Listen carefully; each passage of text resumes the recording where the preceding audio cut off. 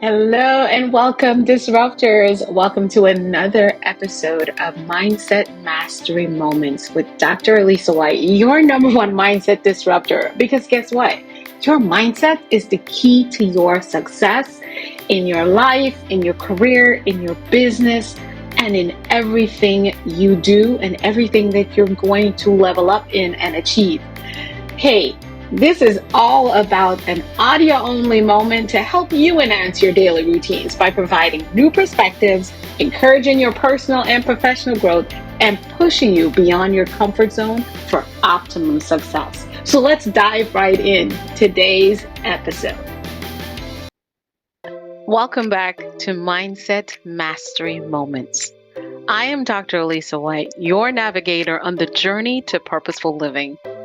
Today, we are exploring a pivotal topic. I call it the art of saying no. We're not just talking about why saying no is crucial. We are going to dive into those moments when it feels awkward, yet it is undeniably beneficial.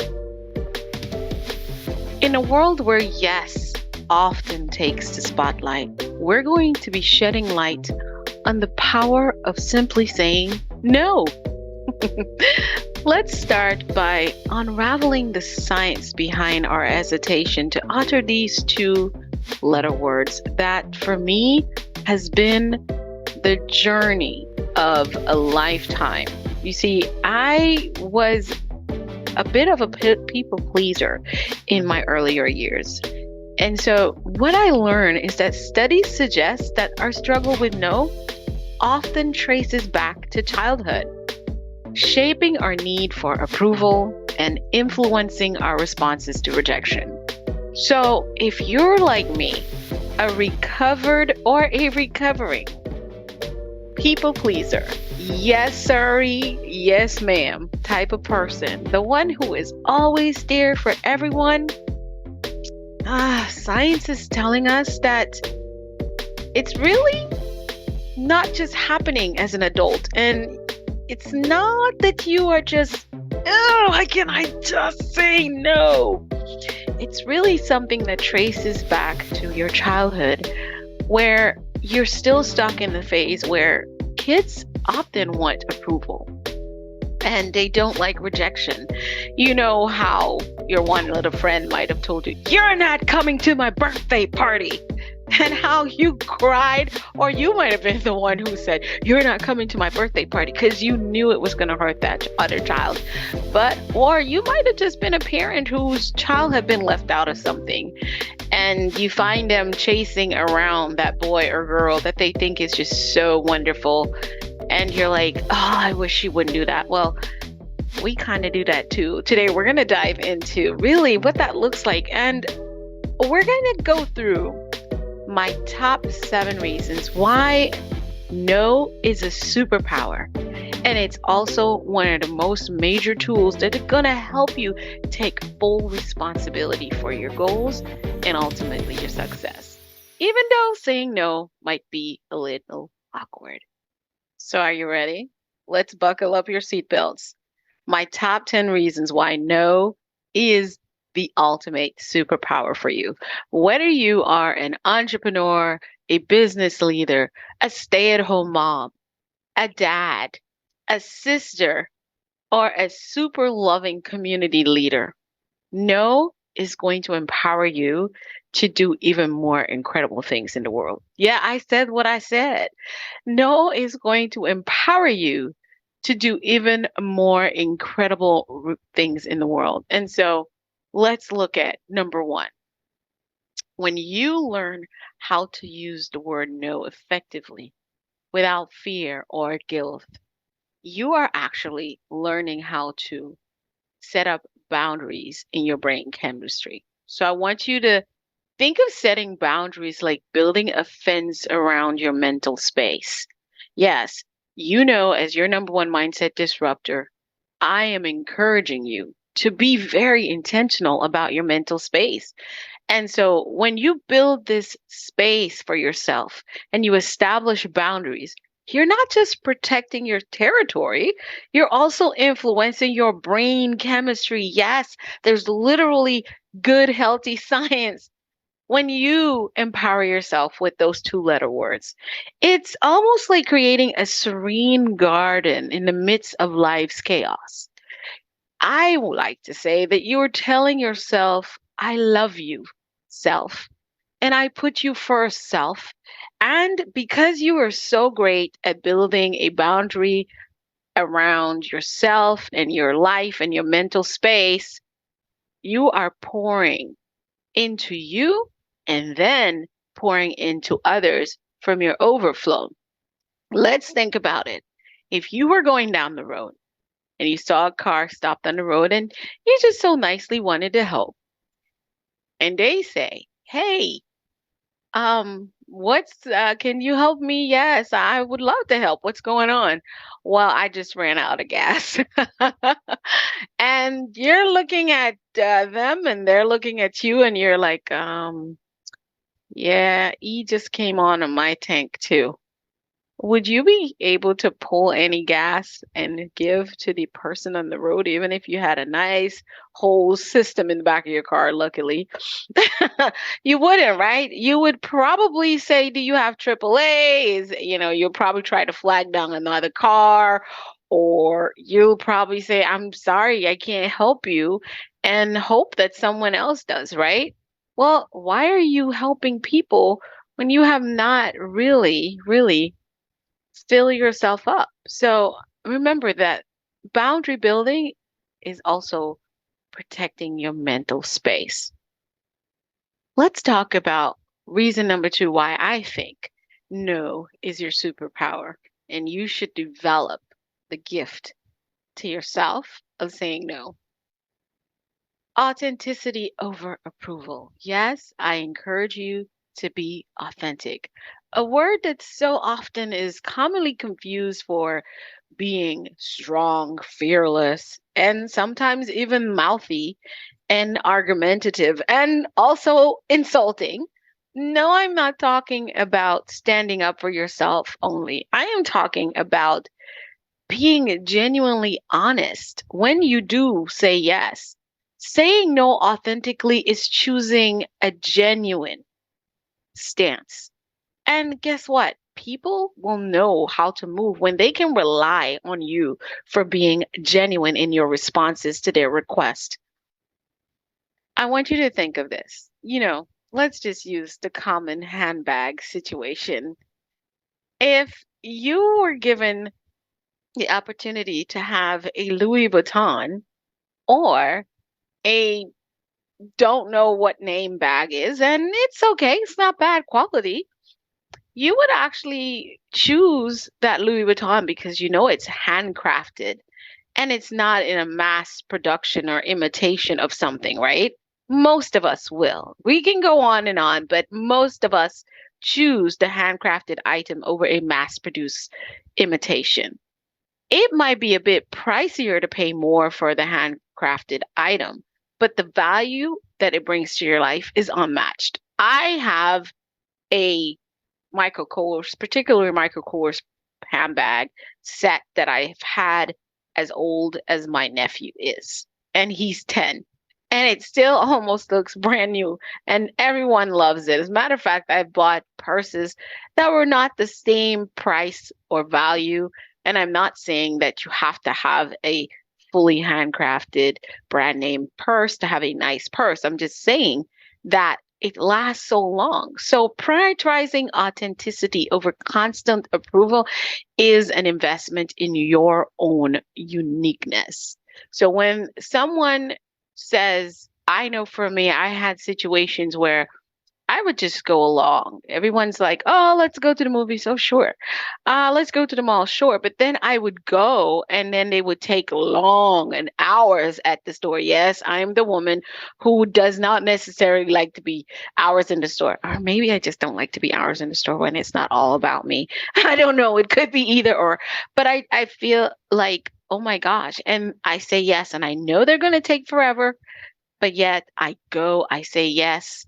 And not being authentic. I end up being a sourpuss while I'm at the mall, or just not happy and disgruntled for hours after, sometimes even a day after, because I'm looking at, oh my gosh, that was 6 hours when I could have done so much. And now I'm stuck trying to get caught up on things that I should have done before. So choose authenticity over approval. And the third one is time protection and stress reduction. Yeah. Safeguarding your time is akin to treating yourself and your time as a precious commodity, because guess what? It really is. We all came into this world not knowing the expiry date of the visa we got to be here in these bodies. Let's pretend it's a visa. So it's like gold and diamonds, so precious, our time. When you say no, or no, or no, or I'm not available right now. That wouldn't work for me. When you say no, you're not just protecting your time, you're also reducing the stress load on your shoulders. It's like decluttering your mental space for what truly matters to you. Here's the thing. Let's hunker in here for my entrepreneurial friends here, my entrepreneurial disruptors. Have you ever found that, if you're like me and you're in the coaching space or in the leadership space, that you're constantly pulled in different directions, where maybe a mentee or one of your coaching clients and a colleague and a this and a that, and you're just pulled in so many directions, and you find yourself having a plan for your day, having a plan for your week, having certain things that you must do in order to continue to make sure not only personally you're great, but professionally you're great, and actually, checking your own boxes. But you get up in a day and you've got several emails or text messages, WhatsApp messages, whatever that looks like, and you're just pulled in another direction, and you watch the time go hour to hour, and then boom, at the end of the day, you've only done one of the most little insignificant things on your list for that day. Yeah, that's because you have not been very good at being a good steward of your time. And a lot of times it's because you simply cannot say, help me say it, no, or no, not now, or no, maybe later, or no, we can do that next week. But no, no, no, no, no. So you need to protect your time and reduce your stress. Number 4, opportunity cost awareness. What are you talking about, Dr. Alisa? Think of yes as a ticket to a specific train. Choosing one train means missing others. Understanding that opportunity cost is like realizing that each train has different destinations. Saying no allows you to choose the train aligned with your purpose. I'm going to say that again. Learning how to say no is allowing you to choose the train that takes you to your destination. You want to be successful, whether you're in college, you're an entrepreneur, a business leader, a mom, a dad, whoever you are. All of us has an air and a desire to accomplish the goals that we set for ourselves, to attain the dreams that we so desire. And so many of us are so great at writing the vision, making it clear. Many of us are so great at even making actionable steps, but we don't guard and count the cost. And we're not aware of choosing yes with a high level of responsibility for everything that we said that we want. So remember that when you say yes, you're choosing a train that can lead you and take you at a destination that you don't necessarily need to be on or arrive at. So your no is a 100% responsibility that allows you to choose the train that aligns with your purpose. Number 5, emotional intelligence enhancement. Yes, learning the art of saying no will help you to advance your emotional intelligence.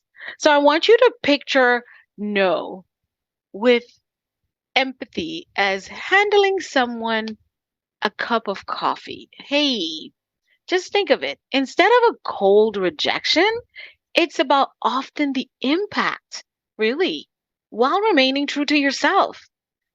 So, developing emotional intelligence is like upgrading your communication toolbox with kindness and understanding. So, take that for a minute. When you learn how to say no, think of it as giving someone a cup of coffee, not cold rejection. When you tell someone no, many times at the other side of that no is you giving them the opportunity to explore their own gift, talents, and ability to solve a problem.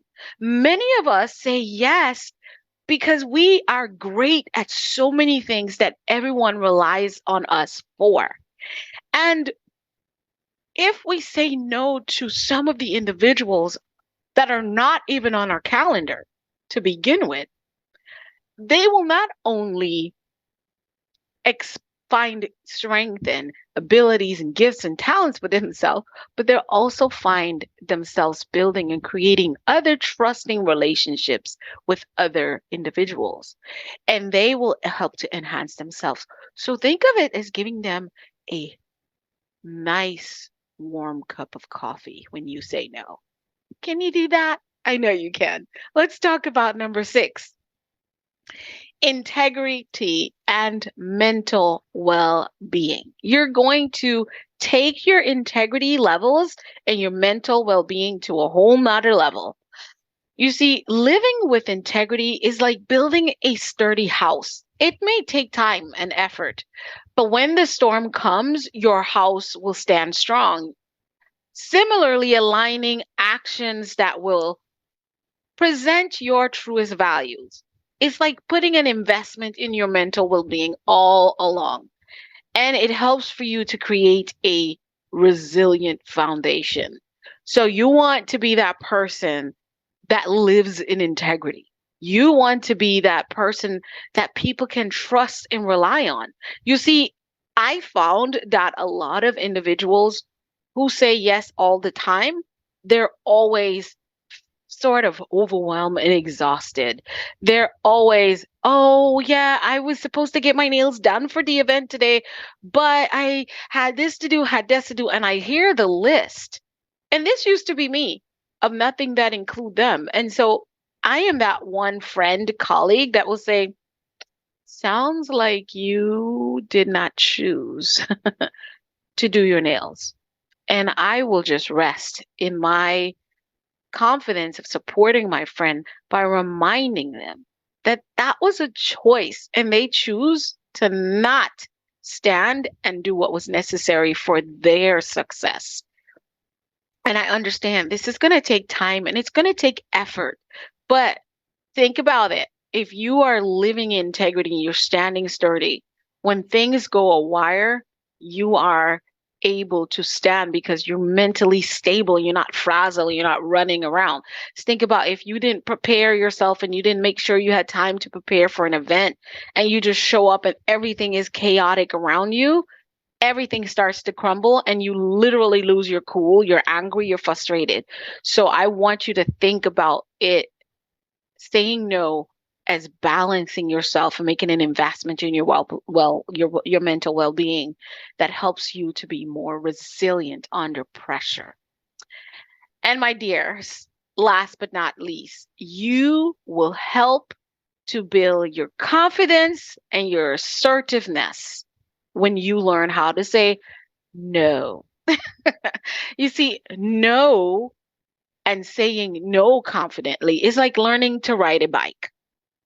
I know that most of you have been able to ride a bike, and you know that initially it might be a little bit wobbly, or you might even fall off the bike. But when you get up again and you practice, you gain balance and control on that bicycle, right?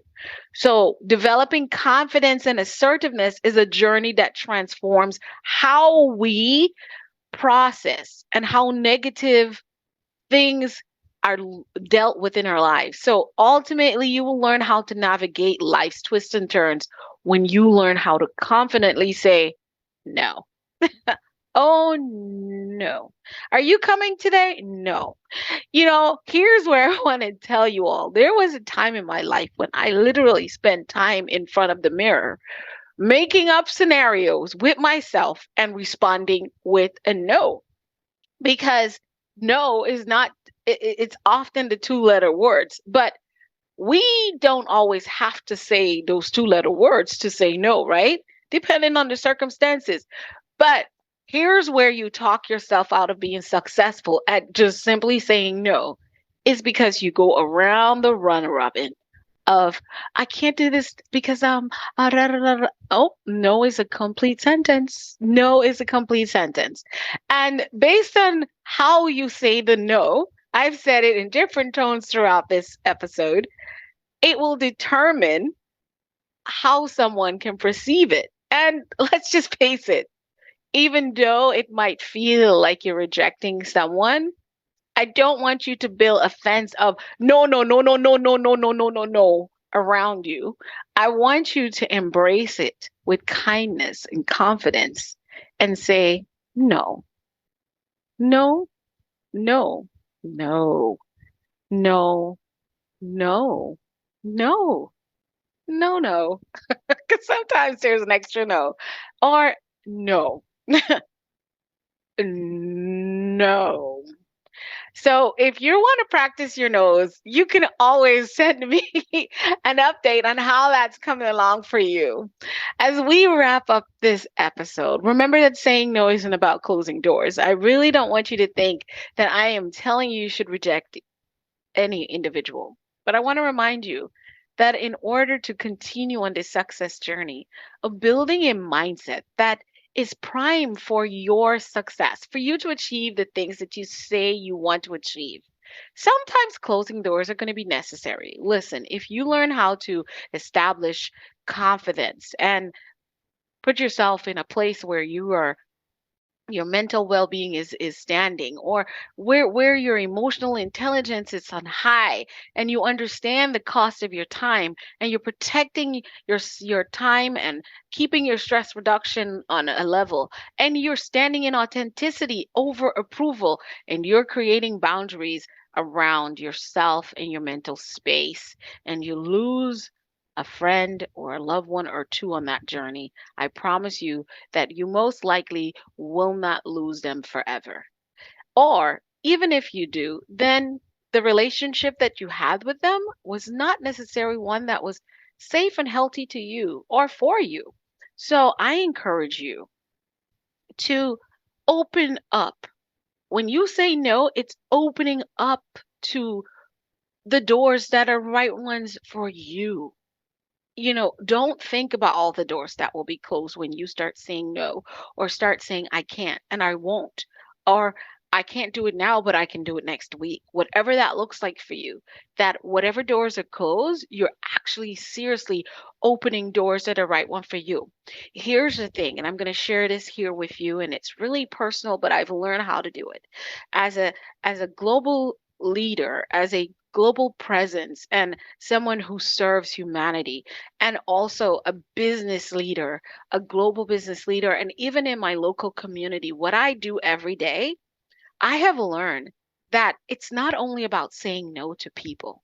There are opportunities that are presented to me that I must say no to. Because when you learn how to say no, you're not saying no, you're saying yes to what it is you're called to do. So let's say someone called me over and say, "Hey, Dr. White, can you come over here and go in this march?" The answer is going to be no, because that's not my calling. I am not a person that's going to be out in the street and protest day after day after day, because the time and the calling I have something different that I'm called to do. Also, let's just say someone called me to be a fashion model.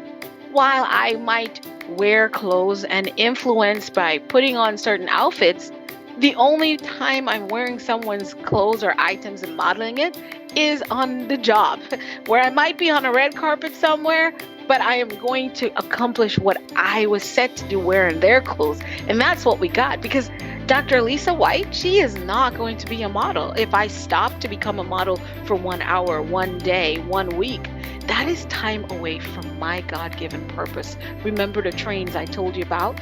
Saying yes can get you on trains that you don't belong on. Yeah, that happens to opportunities. So you're going to have to learn that while you're closing doors, you're really opening up the right ones. And so these 7 points that I've given you today, coupled with all the real life examples, and we're going to have a sequential another episode that comes up. I want to let you know that they are the underscore of the science behind having a mindset shift that is required for you to open up the doors and saying yes to yourself. Remember that everything begins with a thought. How you think is what you will speak, and what you speak continuously is what you do. What you do become those habits that you become by shaping your world around you, and that will determine how you show up in your life. Love, light, peace, and blessings, disruptors. Live passionately in purpose. Bye now.